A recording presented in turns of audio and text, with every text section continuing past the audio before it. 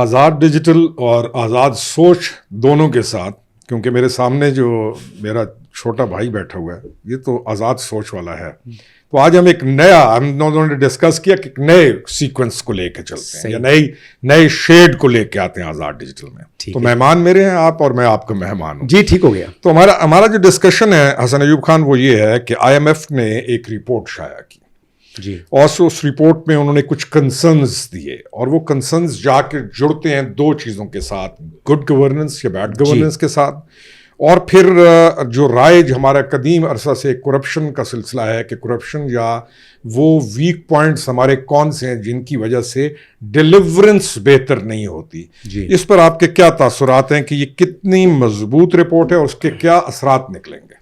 دیکھیں جی، رپورٹ تو technical report ہے، یہ کوئی اسپیسیفک یعنی کسی کو پن پوائنٹ نہیں کرتی، اس اوور آل چیزیں بتا رہی ہے کہ بھائی کیا کیا خامیاں ہیں ہمارے نظام کے اندر، اور کرپشن کتنی زیادہ جو ہے وہ اس وقت ہو رہی ہے. اور یہ رپورٹ حقائق کے اوپر بیسڈ ہے، یہ کوئی ایسی نہیں ہے کہ جس نے جیسے کئی دفعہ جو ہے نا وہ اس قسم کے سروے رپورٹس آ جاتی ہیں جو کہ بڑی کہتے ہیں کہ ڈوبیس قسم کی ہوتی ہیں، لیکن یہ اس کو فیکچوئل رپورٹ کہا جا سکتا ہے کہ یہ کیسا تجزیہ ہے، یہ تجزیہ ہے، وے فارورڈ ہے، اپنی غلطیوں کی نشاندہی ہے، آپ کو کیا کرنے کی ضرورت ہے، یہ وہ تمام چیزیں ہیں. لیکن اس رپورٹ سے جو IMF کا ہمارا پروگرام ہے جو اگلی قسط ہے، نہیں پروگرام کا کوئی تعلق نہیں ہے. پہلی بات تو یہ ہوگی. دوسری چیز یہ ہے کہ جی کرپشن مین سینٹرل آئیڈیا تو یہی ہے نا کہ اس میں جی کرپشن ہے ملک میں، بالکل ہے.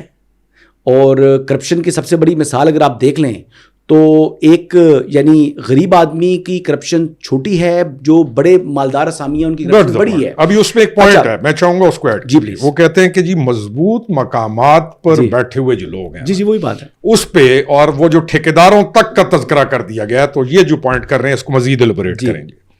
یہی میں بات کر رہا ہوں نا کہ اب ٹھیکیدار کون سے تھے جی؟ ریاض ٹھیکیدار صاحب. اب ان کا معاملہ کیا تھا؟ ان کی NCA نے رقم جو ہے وہ برطانیہ کے اندر جو ہے وہ سیز کر لی. اب وہ پیسہ آنا تھا ان کا، جو یعنی قومی خزانے میں پیسہ لوٹنا تھا، وہ ان کی جو پیبل اماؤنٹ تھا سپریم کورٹ میں اکاؤنٹ کھولا ہوا تھا اس میں ایڈجسٹ کرا دیا گیا 190 ملین پاؤنڈ کا. اور یہ کس نے کیا؟ اس شخص نے کیا جس نے 22-23 سال کرپشن کے خلاف جو ہے وہ نعرے لگاتا رہا.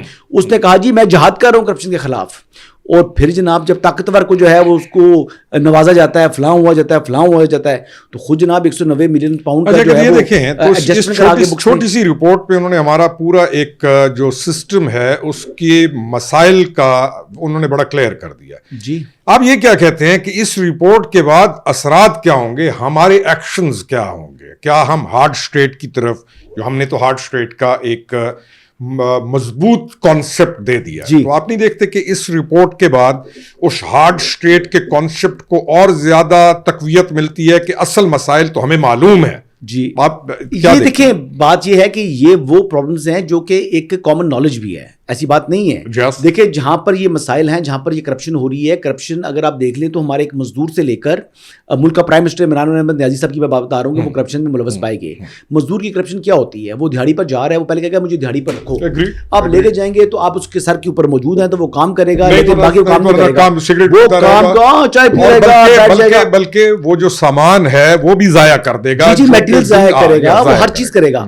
تو یہ بیسیکلی کرپشن تو یہاں سے سٹارٹ ہو جاتی ہے. پھر اگر آپ ریونیو ڈپارٹمنٹ دیکھ لیں تو اس کے اندر کتنی کرپشن ہے، ایجوکیشن کے اندر کرپشن ہے، PWD کے اندر اتنی کرپشن ہے، ہیلتھ کے اندر، ایجوکیشن کے اندر، ہر طرف کرپشن ہے. لیکن بات یہ ہے کہ عام آدمی کہاں پر سب سے زیادہ افیکٹ ہوتا ہے؟ عام آدمی افیکٹ ہوتا ہے پولیس کے ہاتھوں، کیونکہ وہ چوک میں کھڑا کر کے ذلیل کرتا ہے، گالیاں دیتا ہے، پھر اس سے جناب 500 1000 1500 روپے جیب میں ڈال دیتا ہے. اس کا ریونیو ڈپارٹمنٹ اور اس کی پولیس، ان کے مقابلے میں یعنی ڈسٹرکٹ ایڈمنسٹریشن اور پولیس، ان کی کرپشن زیادہ نہیں ہے. یہ آپ کو بتا دوں، کوئی پولیس والے کو مقدمات کے اندر اس طرح کے ہیرے پھیرے کر لیں، ورنہ اس طرح اوور آل ان کے پاس کرپشن کے زیادہ ان کے پاس اپرچونٹیز نہیں ہے. کرپشن کی جہاں پر اپرچونٹیز ہے، جیسے کوستان سکینڈل دیکھیں آپ، کتنے جناب وہ پیسے. یہ جو ہمارا ٹھیکیدار کا جو نیکسس ہے، جہاں پہ گورنمنٹ کے جو بلز جہاں پہ بنتے ہیں اور جو ترقیاتی کام ہوتے ہیں، بالکل، اور ان میں 40% تک کٹ لگتا ہے، اصل کرپشن تو وہ ہے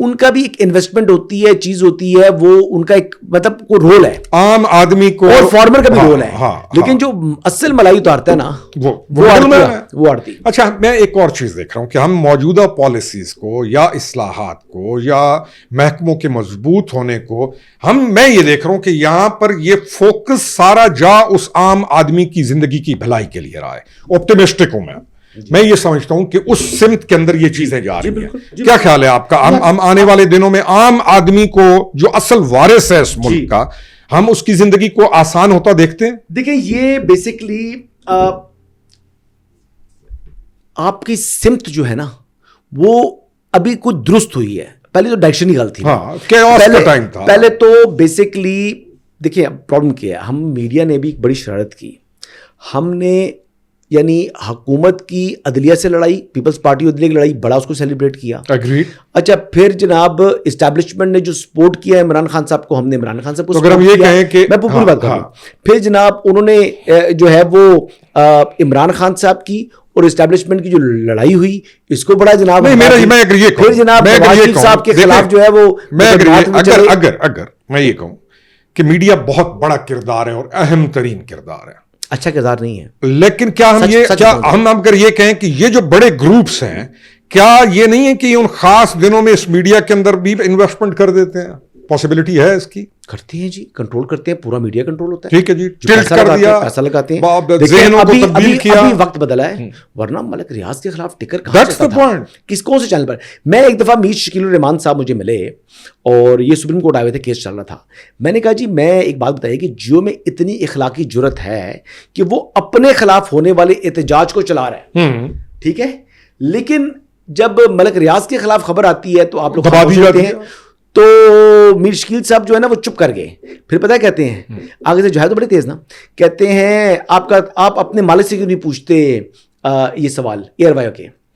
تو میں نے کہا جی میں پوچھ لوں گا ان سے بھی, ابھی تو آپ میرے سامنے ہیں نا, یہ بات ٹالنے کا طریقہ ہوتا ہے. تو اچھا جواب جب دیکھا انہوں نے تو کیا فرماتے ہیں جی آگے سے کہ جی ٹیلی کام سیکٹر کے خلاف پوری دنیا میں خبر نہیں لگتی, تو لہٰذا ہم بھی مجبوری ہے, حالات اچھے نہیں. اچھا حسن دوسری طرف یہ بات بتا رہے ہیں حالات اچھے نہیں ہے, تو بیسیکلی پروٹیکشن ہم یہ دیکھتے ہیں اس ٹھیکیدار کو جس سیاست نے بات سٹارٹ کی ہے, اس ٹھیکیدار کو پاکستان کا سب سے بڑا میڈیا چینل کا مالک جو ہے وہ کہہ رہا تھا اس زمانے میں کہ جناب اس کے خلاف بات نہیں کر سکتے ٹھیکیدار, جو کہ حق سچ کی اپنی طرف سے بات کرتے ہیں, بات کریں گے.